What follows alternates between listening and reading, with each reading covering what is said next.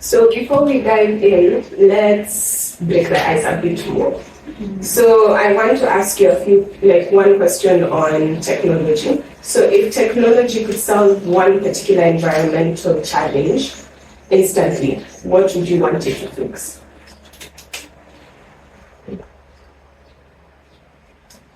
I think soil degradation.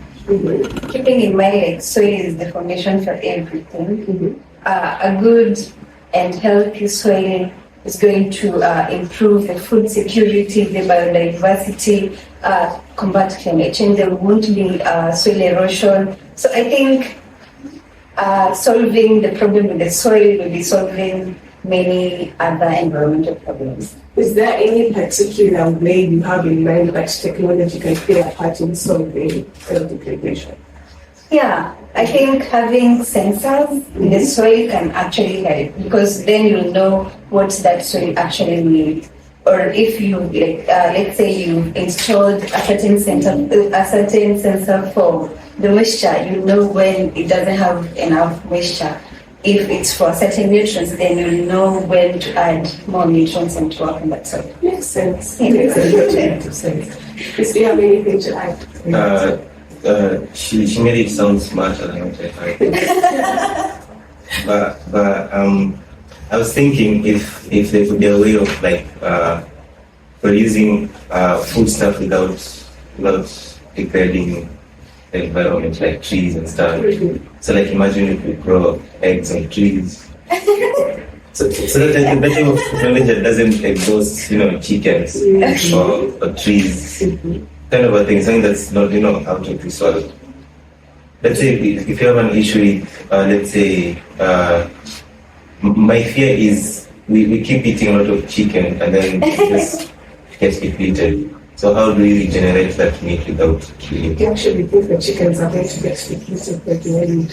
If you compare the rate of the number of chickens being slaughtered and the number of eggs being laid, the difference is huge. Given that people eat those eggs instead of But I feel like that's why we have broilers to eat the meat. I mean, if we get the eggs from the chicken. But what if you're just left with one broiler? Makes sense. It makes sense. Yes. Actually, it really does make sense.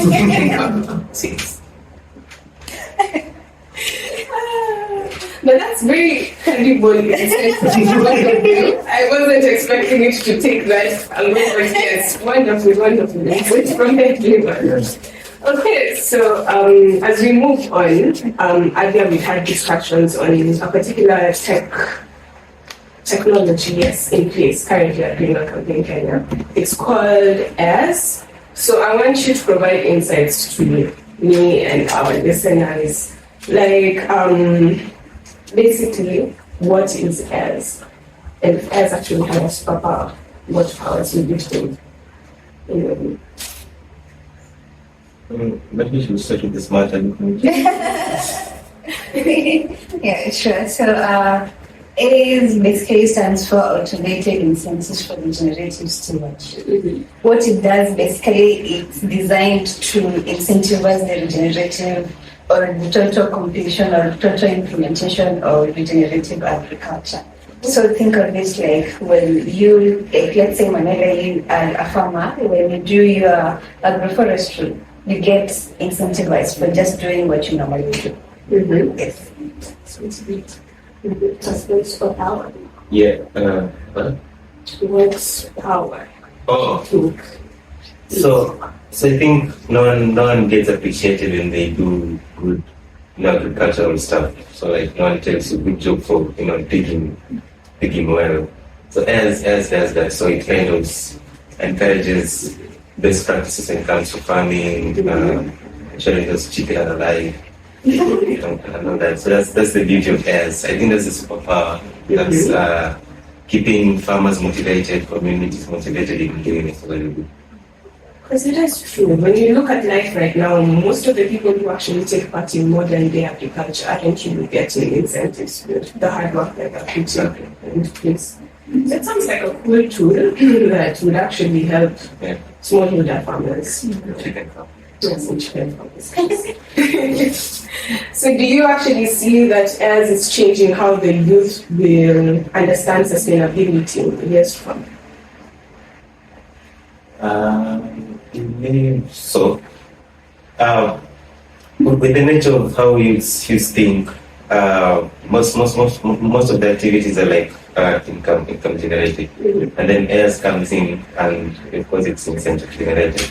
So of course, for them to get rewards from A.I.R.S, they have to do some activities in a certain way that does good to the environment. So it does at one point, well at all points, because if I'm going to be paid, if I'm going to be rewarded for doing something good, I'm giving it a lot. What's an actual step-by-step guide of A.I.R.S, like from point A to point, the last point, rather? So a normal case will have been I have a given piece of land that I've been planting. Well, of course, you can't plant chickens, but let's say trees.